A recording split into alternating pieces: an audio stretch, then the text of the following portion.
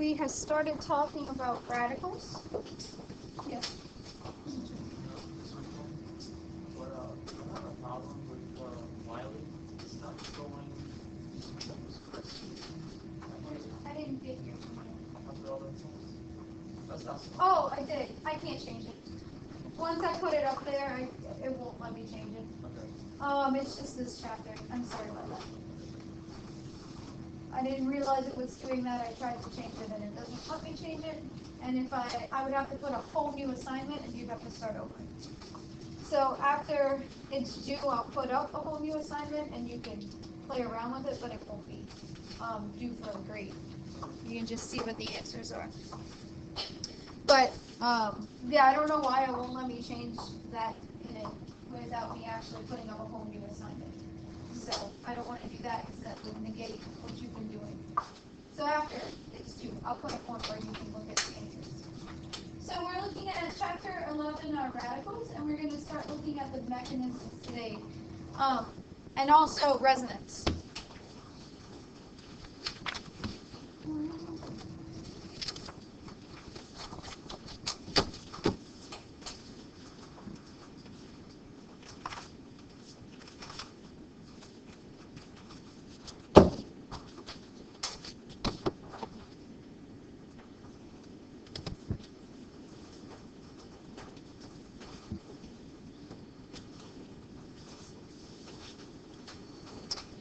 As we talked about before, our normal arrow, or our normal reaction, what I say normal is our ionic reactions. Our reactions which often will have intermediates with charges. And the reason why we'll be left with intermediates with charges is we're usually showing the movement of 2 electrons at a time. And we're breaking our bonds heterolytically. But in these homolytic reactions, we're forming radicals, and radicals are 1 electron. So to show the movement of 1 electron for our radical motion, we use the single barbed arrow. Now remember, the key is in every bond, we have 2 electrons. So if we're breaking a sigma bond or breaking a pi bond, we have to show 2 arrows to do that. Because we have to show both electrons and where they're going. Because they're not both going to the same place. So, as far as resonance, just like with our positive charges and our negative charges, we need the same thing for resonance. We need unhybridized p orbitals overlapping. That's what we needed for any other resonance, and that's so true. Remember, we can think of our radical as a trigonal planar carbon with a unhybridized p orbital with 1 electron in it. So that unhybridized p orbital, when it's next to a double bond, is overlapping with the p orbitals of our pi bond. So that's our first pattern of resonance, and it's very similar to our positive charge. But again, we're looking at a radical, we have 1 electron, and the pi bond has 2 electrons. So when we're showing those resonance arrows, we're showing that we're forming a pi bond between these 2 carbons from this radical electron and one of the electrons from this pi bond coming together to form a pi bond. And then the other electron of this pi bond has to go somewhere. So it's going to go and still be associated with this carbon. And that'll form this resonance structure. Now remember, when we draw our resonance structures, we're showing our arrows so we can conceptualize it, but our resonance is an average of these 2 structures and not actually interconverting structures. But we can think of our arrows in the same way. So notice here we needed 3 of those 1-headed arrows to show those resonance structures, because we have 2 electrons in our pi bond. And of course, our resonance is only between our atoms that have unhybridized p orbitals, just like our resonance before. Just like any other resonance, resonance makes our radical more stable, just like resonance makes our positive charge more stable, and resonance makes our negative charge more stable. Because we have a spreading out of our electron density, which helps stabilize it. If we look at a radical next to a benzene, we have even more resonance structures.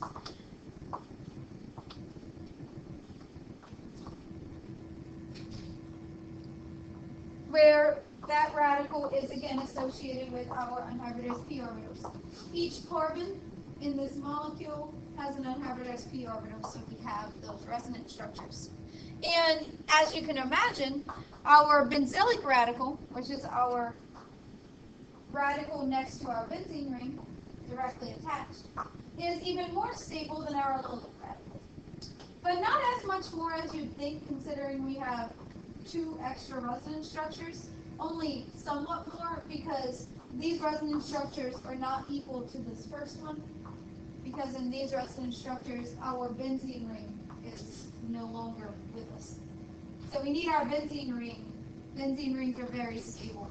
So even though we have stability because of the spreading of electrons, it's not equal resonance structures like in our allylic, because our benzene ring is broken in most of our resonance structures. Remember, what we have is an average here. So this is what our hybrid looks like, and as you can imagine, it's more stable than our allylic. So looking at this one, which answer is correct? D. If we look at this example, this shows that our electron is going to be associated with this carbon, and one electron is going here, but we can't have a bond between two atoms having only one electron. So we're not showing movement of the second electron at all. And that would leave this carbon with a positive charge, but that's not likely.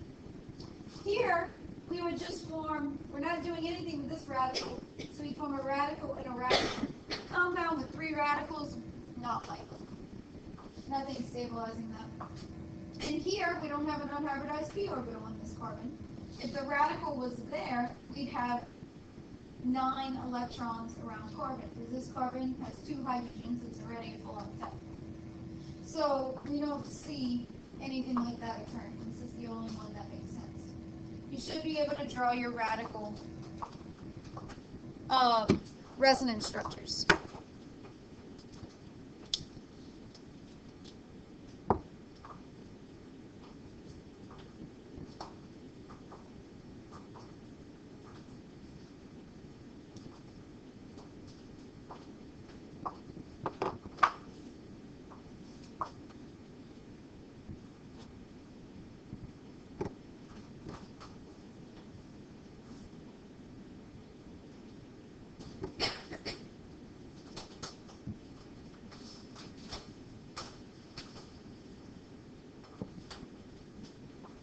It's going to be important when we do these radical reactions that we're able to find our most viable carbon-hydrogen bond for this reaction, meaning the carbon-hydrogen bond that's most likely to break or form a radical. That's going to be important. So how do we determine which carbon-hydrogen bond is most likely to break? Well, we're considering our transitions, our kinetic product. So which activation energy is going to be lowest? And we can predict that based on what? We're starting with this compound, so we're going to have the same starting point. What's going to be the difference? What can we look at to determine which carbon-hydrogen bond is more easily broken? What did you say? Well, the neighboring bonds are going to contribute to what?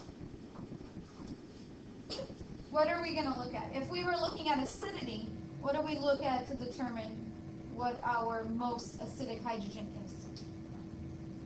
I'm sorry? What resonance will contribute to it? But what are you looking at? But why? What are you trying to figure out using ARIA? The most stable.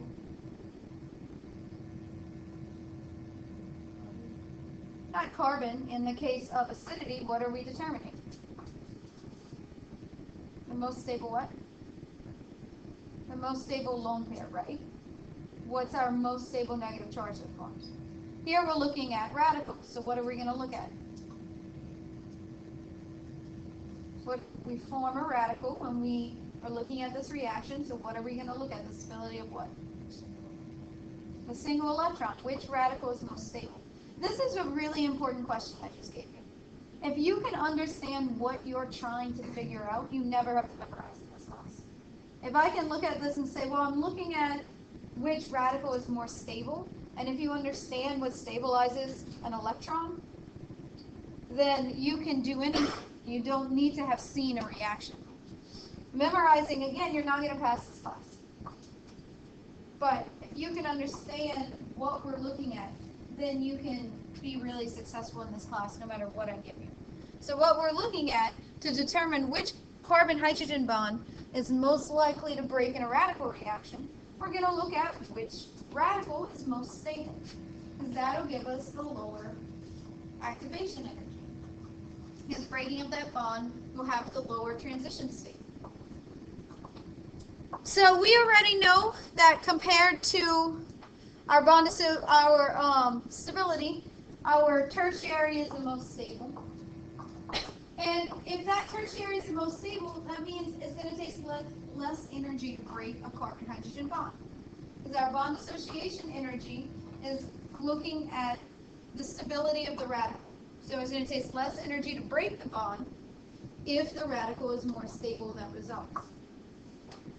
So we know that our tertiary is our most stable compared to primary, secondary, and methyl.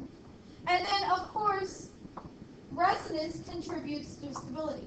So even though our tertiary is the most stable, a primary carbon-hydrogen bond can have a lower bond association energy if it's in resonance. And of course, the benzylic position is even more stable because it has more resonance structures. Even though that bond association energy isn't 3 times as low as what you might think. It's only a couple of, about 10 kilocalories per mole lower, but it is still more stable. So that's because we have more resonance structures.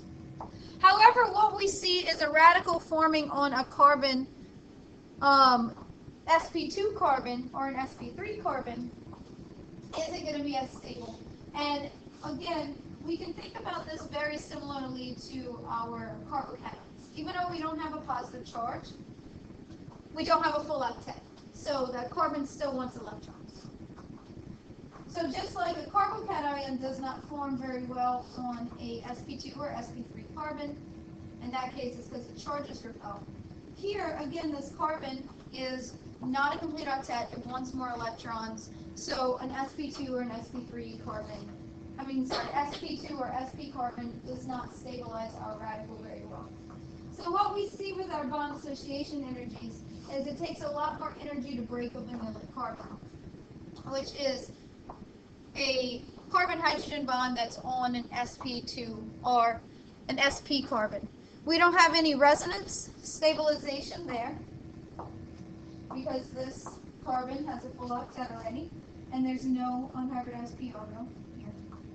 Plus, the 2 unhybridized p orbitals that are participating in this pi bond are going to be in a different plane than the unhybridized p orbital that holds that radical.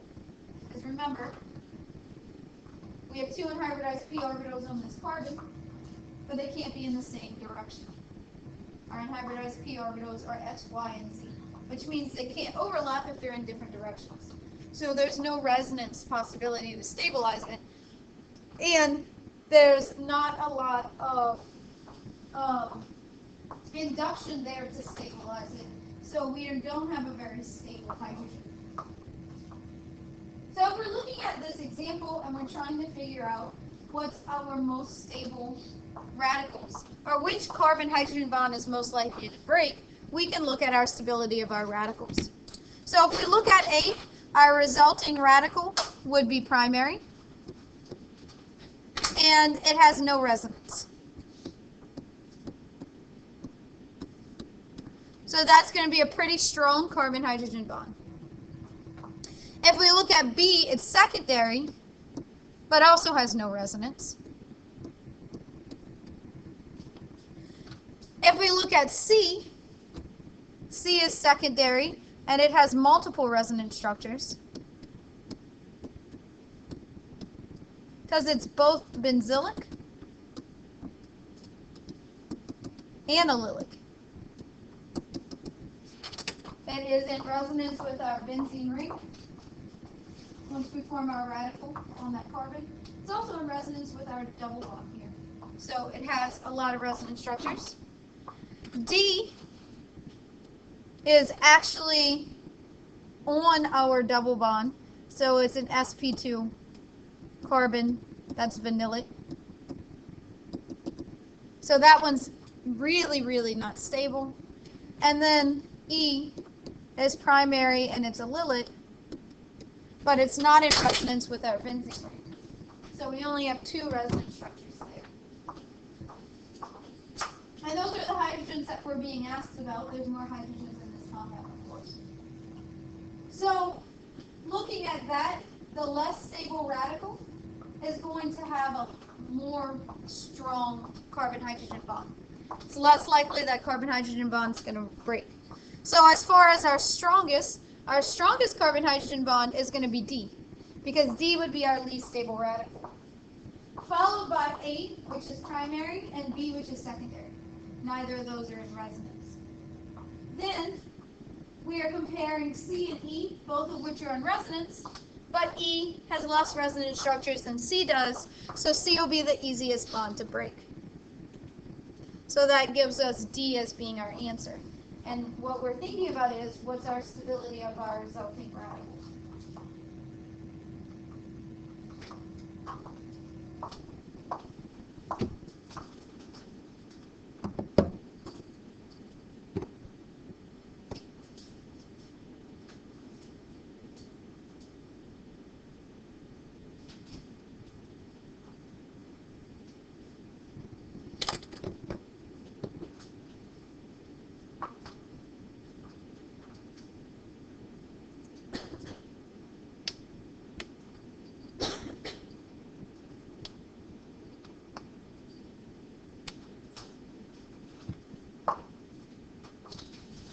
Now, as far as applying our curved arrows to our actual mechanisms, what we have to understand about radical mechanisms is they're slightly different than our typical mechanisms, based on how we specify the different parts of the mechanism.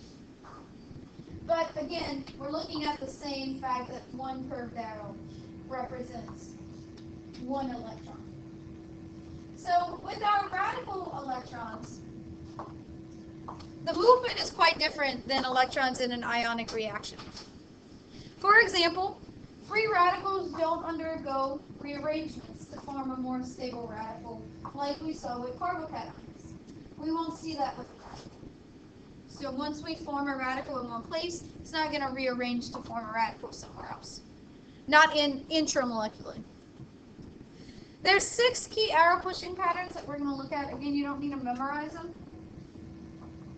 But we're going to talk about them.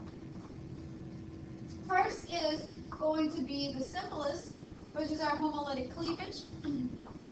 We have a sigma bond. 1 electron from the sigma bond goes on one atom. 1 electron from the sigma bond goes on the other. And what we form is 2 radicals. We can have addition, which is just like our normal addition reactions. But here, we have something with a radical that is reacting with our pi bond. So one of the electrons from our pi bond is going to form a single bond with our radical in that atom. The other electron has to go somewhere, so it's going to go on the other carbon, because this carbon now has a full octet. Remember, each covalent bond has 2 electrons, so we have to show where both of them go in the bond. There's a hydrogen abstraction.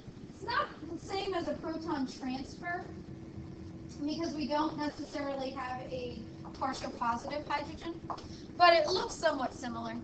Here, the sigma bond between our hydrogen and whatever our OR group is, that could be a bromine, it could be a carbon, is going to break.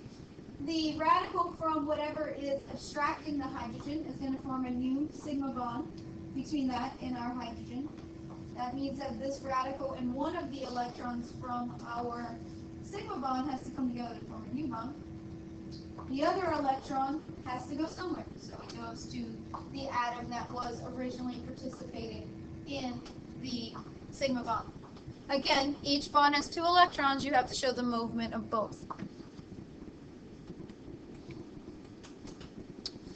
There's also a halogen abstraction. This is very similar from our hydrogen abstraction, with the exception that this is forming a new sigma bond with a halogen instead of with a hydrogen.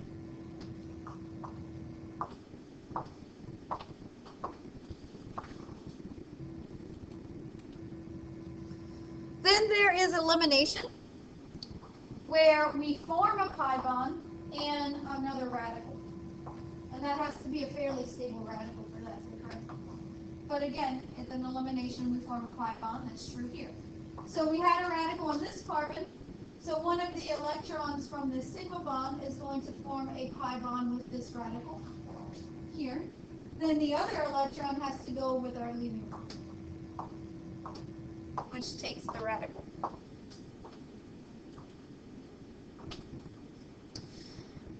Technically, by all terms of definition, this is not a leaving group, because a leaving group is something that leaves 2 electrons.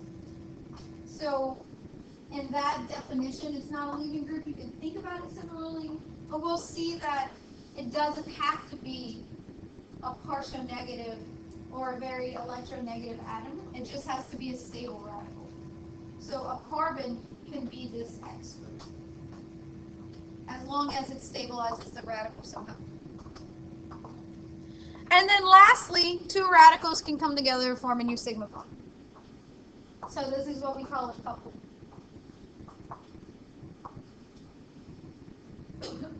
Each of these involve at least 2 fission arrows, though most of the time they involve 3. Because remember, if you're breaking a sigma bond, you have to, or a pi bond, you have to show where both of the electrons from the bond went. Note the reversibility. Our coupling is just the reverse of the homolytic cleavage. Our addition to a pi bond is just a reverse elimination. That makes sense, the same thing as before. And our hydrogen abstraction can reverse from what's abstracting. So here X is showing the abstraction, here R is. Notice that with the exception of these, radicals of each side of the reaction. And that really brings us into why the patterns of these are slightly different than our typical ionic. First off, carbon can lead with a radical, whereas an ionic, carbon will not lead with a lone pair, because it's not stable. Carbon doesn't stabilize negative charge very well. So here, we just need this radical that results to lead and to be somewhat stable. If we look at this one, which process is occurring?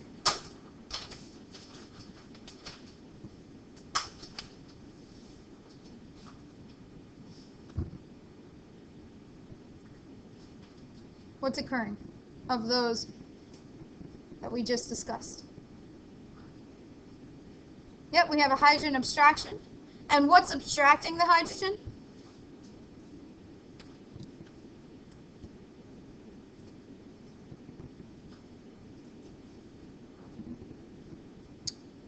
Bromine has the hydrogen in the starting material, so it can't be abstracting it.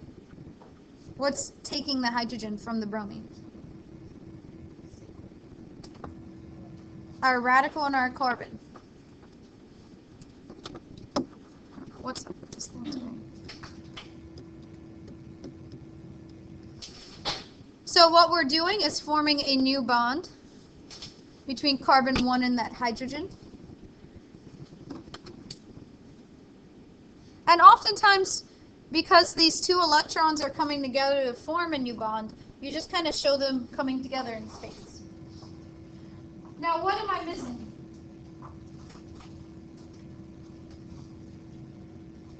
This isn't the complete curved arrow. What am I missing?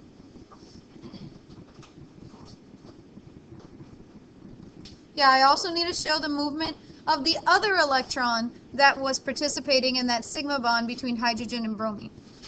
So that is going with the bromine You see that radical right there. Notice we started with a radical, we ended with a radical.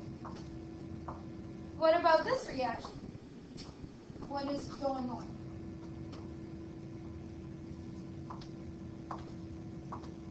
What's happening?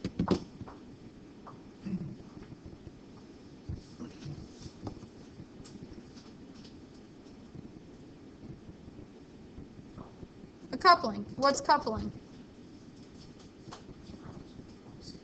The two radicals between those two carbons are forming a single bond. And I only need to show two arrows because I'm only showing the movement of 2 electrons. Whereas in the first one, I'm showing the movement of 3 electrons, so I need 3 arrows. Every arrow shows a movement of 1 electron.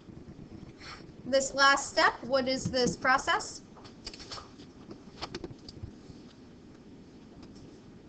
This is an elimination.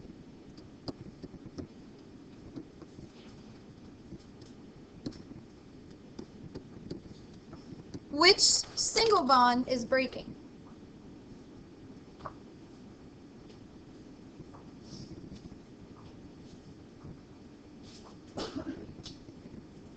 The bond between 3 and 4. And where are we forming the pi bond? Between 3 and 2. So that means that this radical from 2 is forming a pi bond with one of the electrons that's in the sigma bond between 3 and 4. So the other electron must go onto 4. Don't push it onto 5. Carbon 5 already has a full octet. So we form our radical on carbon 4, and we form our pi bonds between 2 and 3. Again, notice we're showing the movement of 3 electrons, so that should be clear.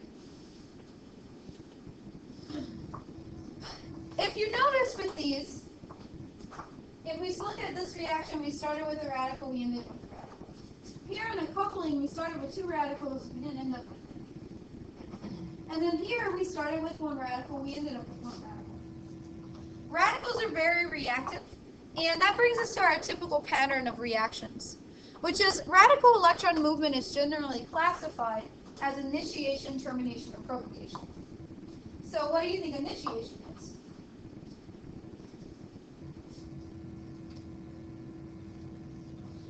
To start. So to start a radical reaction, what do we need to do? Form a radical. So initiation is the formation of a radical. We have a reaction. We started with no radicals, and we end up with radicals. That initiates our reaction. So we're going to talk about initiators. Initiation is pretty much homolytic cleavage. We're going to talk about why we might form a radical, and what are good compounds that form radicals. Now, once we form a radical, they're pretty reactive, so we're going to have a chain reaction occur, and that chain reaction is called propagation. And all of these types of steps can happen in propagation depending on what's there. Because if you notice, all these steps start with a radical and end with a radical, so they can continue. And polymerizations are also typically chain reactions, at least radical polymerizations, because they do follow the same process. So we're propagating because the radical is just moving from one location to another, and the reaction continues until you stop the process. And that stopping of the process is called termination. And how do you think we stop a radical process? We get rid of radicals. So the most common is termination, where 2 radicals come together, and notice we no longer have radicals. Now technically, termination could be in propagation if we have more than 2 radicals on a compound. And as long as we have a radical somewhere, it's still going to continue going. But typically, if we have 2 atoms, each atom has only 1 radical, they will come together to form a sigma bond, and we no longer have radicals, so that terminates the reaction. Oxygen in the air often will terminate radical reactions, so most of the time these reactions have to be done in the absence of air. So we would do them under an inert gas like nitrogen or argon. That won't terminate radicals, because otherwise we'll just stop the reaction. So that's our steps And our typical steps, as long as a radical is present after the reaction, that's a propagation step. So if we look at these here, this is, in fact, a propagation. Because even if it's not shown, the Cl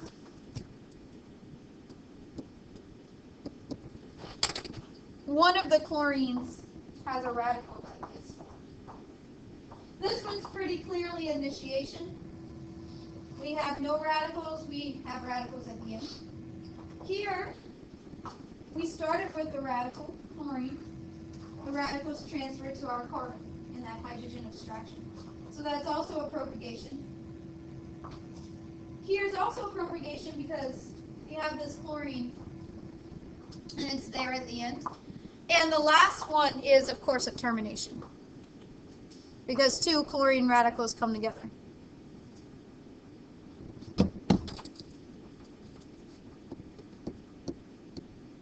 Even though it's not being shown, the arrows show that. The arrows show that this chlorine takes the radical. So let's actually look at a mechanism and apply it to a reaction. So the first reaction we're going to look at is the chlorination of methane. So we have methane, we have 4 hydrogens. If we react it under radical conditions, which is typically heat or light, you'll see light a lot more, but heat can also form radicals. Then we're going to get methylene chloride and HCl. So our overall reaction, notice, doesn't have a radical in it.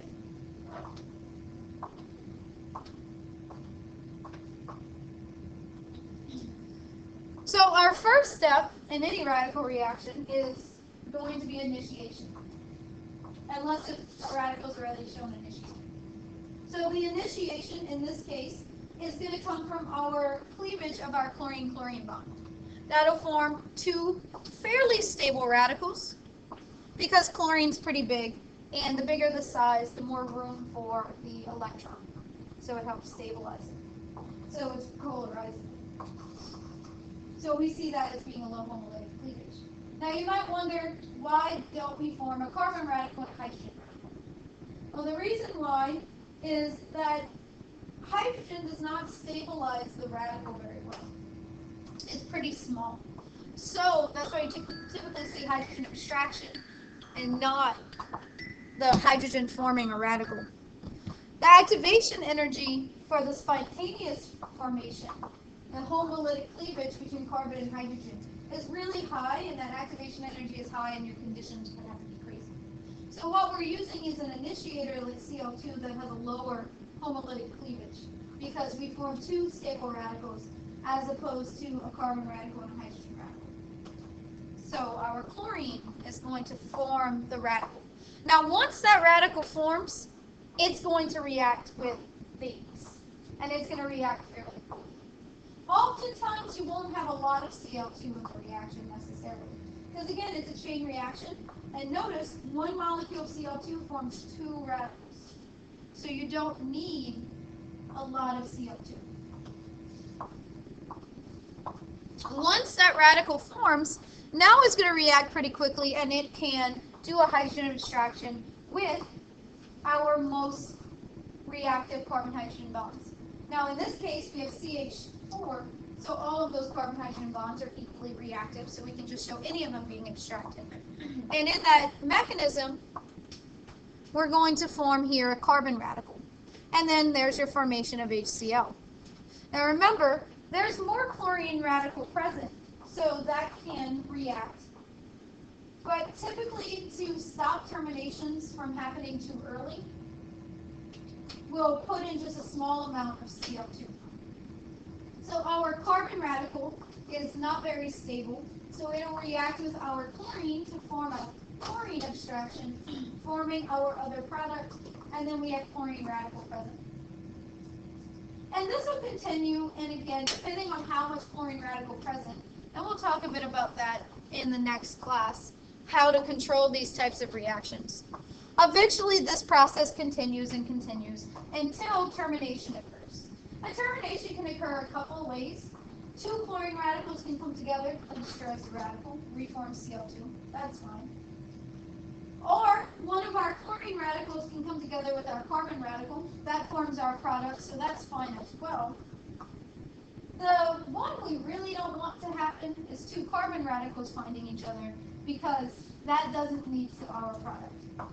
And there are things we can do in the reaction to prevent these couplings that we don't want, like keeping our radical concentration low. So two carbon radicals can't find each other very well. But all of these coupling reactions form a stable molecule that no longer has a radical. These two are fine, they contribute to our overall reaction. This one is a byproduct of utility. For our radical reactions, if we take the net reaction of our propagation steps, then you'll see that our overall reaction is always going to be formed, because the radicals cancel out on each side. So our net reaction doesn't have a radical in it, even though our mechanism is going through a radical mechanism.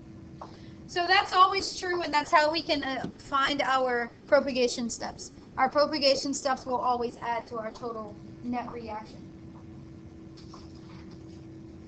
To keep this well controlled so you don't get byproducts you don't want and you don't have termination occur too fast, typically we want just a small amount of chlorine radical to form during initiation.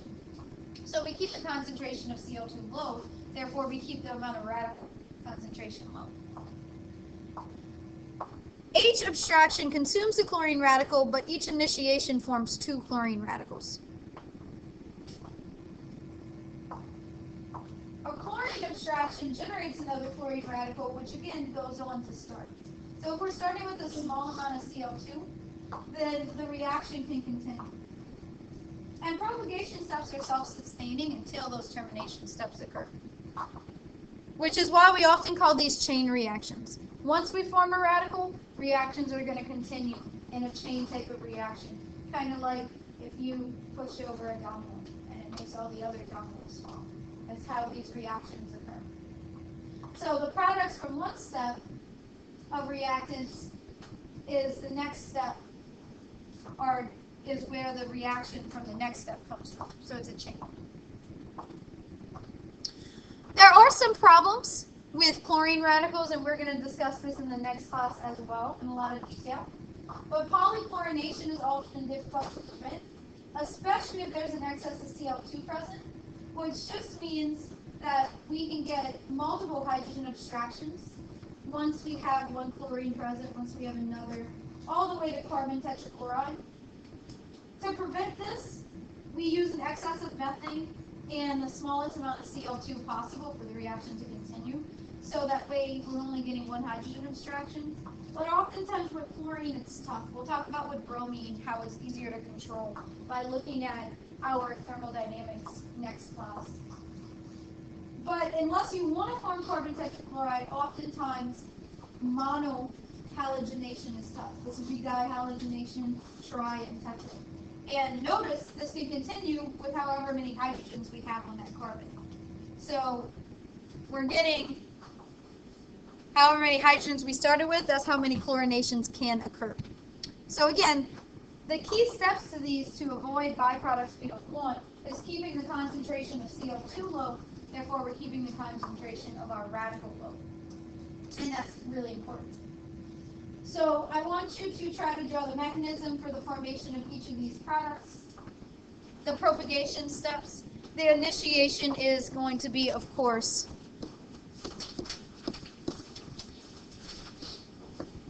forming our chlorine radicals.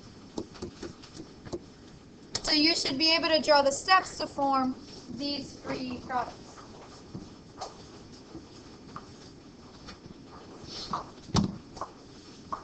Have a good day. I will see you on Wednesday. Unless you're in my lab, then I'll see you tomorrow.